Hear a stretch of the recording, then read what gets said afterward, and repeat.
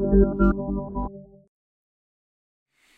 right, guys, I am going to walk everyone through all of the potential playoff scenarios regarding this weekend. I've been able to sleep. I've been able to eat some food. I've got a real understanding of what's going to be happening, I believe, and I'm going to tell you guys all the narratives that are going to come out, what everyone's going to say, things like that. This is what you need to be looking at when it comes to the scenarios, and this is what I think can happen based on every possible available scenario within the results that happen on Saturday. The first thing I'll say, obviously, if everyone wins, meaning Georgia, Michigan, TCU, and USC, there's your top four. There's no debates. We all know that. So that is the number one thing. But this year, college football, it's been crazy. I would expect either TCU or USC to lose. Now, guys, let's get to the actual scenarios if that happens.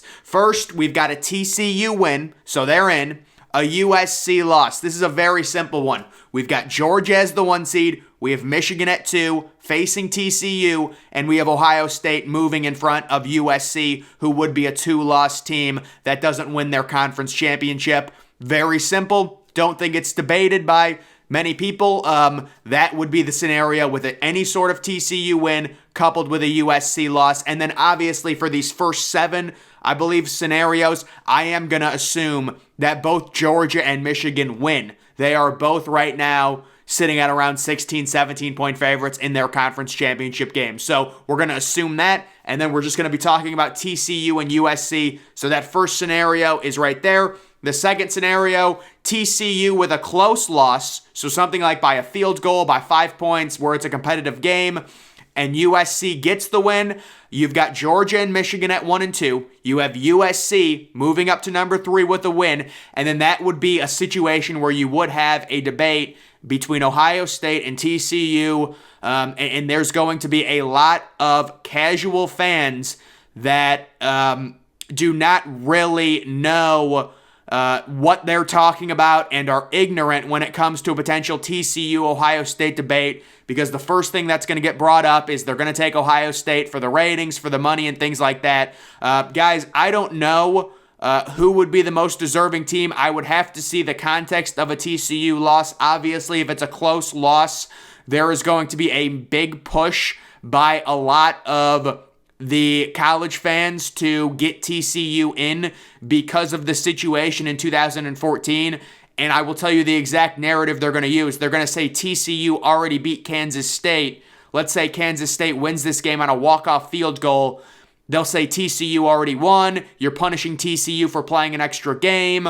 That's going to be the narrative. I'm not going to sit here and say I would put TCU in, I would put OSU in. I don't know. I would have to wait for the metrics and the analytics to update and really form an actual opinion on it, because obviously TCU playing Kansas State is going to improve their strength of schedule, which is going to help them, and I would have to see how everything shakes out. But that is a debate where everyone wins. USC wins, they move up to 3.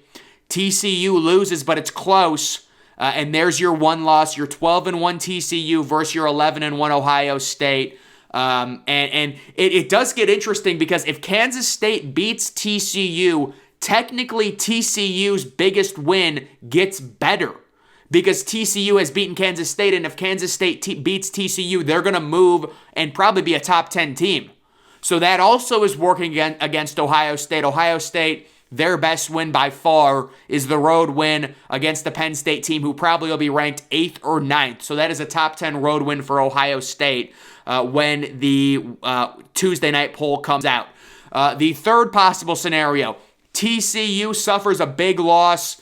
They're losing all game. They lose by 14, 20 points, 28 points, something like that. USC wins. I think this is fairly easy. They would go Georgia, Michigan, USC, and Ohio State. I don't think if TCU, the problem with TCU is they don't have the big enough wins, in my opinion. And also, horrible game control. They were down in multiple games. They probably should have, multiple games they probably should have lost outright, including that Baylor game. And it's not like Baylor's anything great. So TCU, if they're going to lose, they got to keep it close. If they lose big, I think Ohio State assuredly will be in, or at least it becomes easier for Ohio State to get in, because then you also have the narrative of, oh, TCU just got blown out, you can't put them in the playoff. That's when that whole thing starts taking shape. So that would be the top four if TCU gets blown out by Kansas State, which is very unlikely, especially with the way the Big 12 has gone, in my opinion. That should be a close game one way or another. That's just my opinion on that. Next, we've got a TCU, a close loss, and a USC loss. So, guys, this is very interesting. I have Georgia, Michigan, TCU, even after losing, if it's a close loss and USC loses, I have TCU staying at number 3, and I have Ohio State at 4, because I think they would want to avoid having Michigan rematch Ohio State in the semifinal. It is a massive disadvantage to try and beat a good team twice in the span of a month, and I don't think they would do that to Michigan, so I think they would make Ohio State play Georgia in round 1, and Michigan play TCU. USC loses, they're out of the picture. TCU suffers a loss, but it's close, and due to the finicky seeding, I don't think they would have the game rematch. Maybe, you know what, maybe they want the ratings, they would do it. I think that would screw Michigan. Could Michigan beat Ohio State again? I mean, I guess, but that's just, you really want to avoid that if you are Michigan. You'd much rather face TCU, in my opinion, than Ohio State. So that's what it's weird, but I do think if TCU loses a close game and USC loses outright, any way possible, USC's obviously out with 2 losses, and TCU stays even after losing at the 3 seed, and they face Michigan in the Fiesta Bowl, and Ohio State flies to Atlanta to face Georgia in the Peach Bowl. Number 5, TCU loses big, coupled with a USC loss. So this is where Alabama enters the picture, in my opinion. You would have Georgia at number 1, Michigan at number 2, Ohio State at number 3. And this is where it gets real odd again, because if TCU gets blown out, would that open up the door for Alabama as a 2-loss team to pass TCU? My biggest issue right now with Alabama is they talk out of both sides of their mouth. So they'll say they have 2 losses by a combined 4 points. Yeah, you also have extremely lucky wins. The win against Texas, the win against Ole Miss where you were dominated. The loss against LSU looks not great now, considering LSU is going to be a 4-loss team. And you compare that to even a team like Ohio State. You really want to pass Ohio State. Ohio State has 1 less loss than you. You have a horrible loss against, or not a horrible, but a way worse loss than Ohio State. Ohio State lost to the number 2 team in the country. You lost to LSU, who's going to be a 4-loss team when they lose to Georgia in the SEC championship. I saw Kirk Herbstreit's rankings. It's ignorance, guys. It's ignorance. It's not understanding the actual situation and not taking everything into account, and it's disappointing. That's why I would say they're going to try and drum up Alabama on Tuesday night. It's going to be a lot of propaganda, but we know Alabama really should be debating right now with Tennessee fans, because Tennessee is trying to argue they should be the number 6 team in the country because Tennessee has a head-to-head win over Alabama. Now that gets finicky because Tennessee lost Hendon Hooker. But listen, Alabama fans, you do not want to argue with me. You got a different argument. You need to argue with Tennessee. You can battle for the 6th spot. That would be my message to Alabama fans, because this thing, it's very cut and dry in my opinion. You know, obviously Ohio State is not in if everyone wins. That's 100%. You can't lose to Michigan like that. It is what it is. But if a team loses, it is a debate with Ohio State for sure. If USC loses, Ohio State is certainly in. The only way I could see Alabama getting in is this 5th scenario where TCU gets blown out and USC loses, so Ohio State gets bumped up to 3. TCU might fall out, and the debate becomes a 1-loss TCU who just got blown out by Kansas State versus a 2-loss Alabama, and they try and use propaganda, and they're like, oh, we lost 2 games by 4 points. Yeah, you won multiple games, extremely lucky. So it's total hypocrisy, and it's people really being ignorant on the actual situation. And also Alabama's best win, they don't have a good win. So that is another big issue for Alabama when it comes to that. Number 6, This is just crazy. If Georgia somehow loses, I would say Michigan number 1, TCU number 2, Georgia 3, and USC 4. That would be a crazy upset by LSU. It is not expected. And then if Michigan loses, you would have Georgia at number 1, TCU moves up to number 2, Michigan falls to number 3, and then you would have USC. That's everyone else winning. USC at number 4. Everyone loses. Georgia would stay at number 1, Michigan would stay at number 2, TCU would stay at number 3, and then Ohio State would pass a 2-loss USC at number 4. That's my prediction on that. And then the most important debate that could happen is this is if USC wins. Because that game is happening on Friday. The Pac-12 championship game is happening on a Friday. Let's say USC wins. It sets up that Saturday Big 12 championship game. The context of Kansas State's loss against, the context of TCU's loss against Kansas State. Is it a blowout loss? Is it close? Is it a walk-off field goal? That will be the most important debate if USC wins and TCU loses. And then the debate is Ohio State versus TCU. And they're immediately going to try and make it a David versus Goliath situation. They want to control the narrative and say, they're going to be like, oh, you're going to put Ohio State in because of the ratings. You've already done this back in 2014 when they were viciously criticized. And you have TCU fans who are just totally completely lost. They still think they should have been in 2014, even after Ohio State ran through Alabama and Oregon.